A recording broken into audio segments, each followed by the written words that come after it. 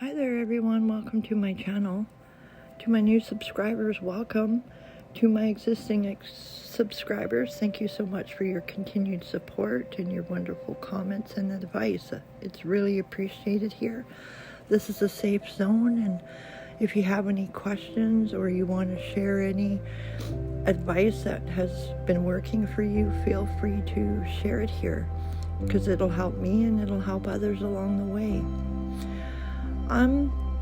I know a lot of us, a lot of people out there are suffering with letting go of their past loved ones, or breakups, or dealing with divorce and stuff like that. And it's not easy, especially if we're constantly being reminded of it, and it starts from the moment we wake up in the morning.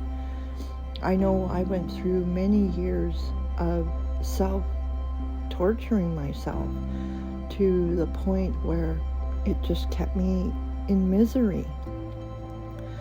And I sat and I wrote down some things, and I'm going to share them with you. And are you holding on to the past? How to finally get over the hurt and betrayal, the letdowns, the lies, and the cheating.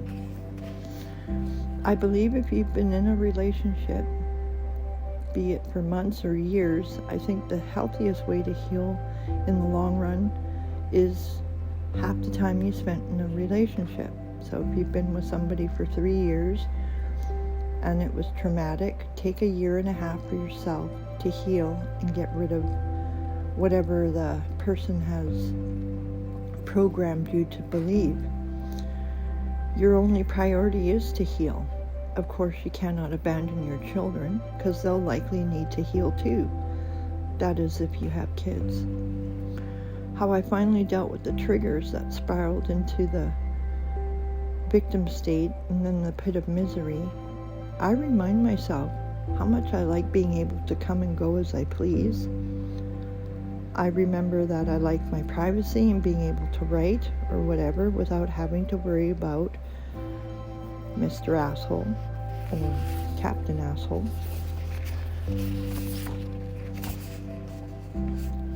Being able to leave my crafting or beadwork where I leave them without the unending hints to move my things.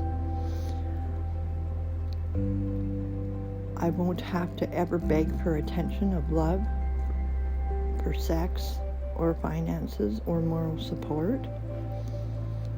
The subtle ways that my experience from the narcs have controlled my life since birth. Most people don't deal with as much trauma and are actually given the time to heal at their convenience or without being on somebody else's clock or watch. Remind yourself of every jab, comment, and humiliation and outright bullying and the mental tactics that they used. Pay attention for warning signs that the person you're dealing with is all upstairs and isn't a secret demon wearing a mask of deceptions. So let me know what your thoughts are on that, and keep reminding yourself you are on the right path. Stay on the healing journey, because your self-worth is the most important thing that there is. Learning to love yourself wholly without needing love from anyone outside of yourself. And that can be a struggle when you're dealing with family members or ex-partners. If they've programmed you to believe that you're unworthy and unwanted, it takes time to gather your strength to get back on the horse, to tell yourself the words that you need to hear, that you're seeking from somebody else. Tell those words to yourself. Tell yourself, I can do it. Tell yourself, I am worthy. Tell yourself, I am loved, I am lovable, and I deserve great things. It's a whole new practice. Everybody's always, from the beginning of time, you know, that we need to have a spouse or somebody outside of ourselves to make us happy. But it doesn't work that way. You can't make somebody else happy. They have to decide that they're happy already. And that goes for us too. Decide to be happy today.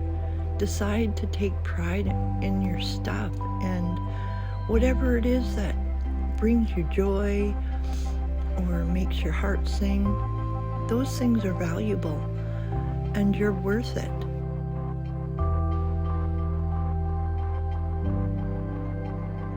God bless you guys. Thank you so much for being here, and I'll see you in my next upload.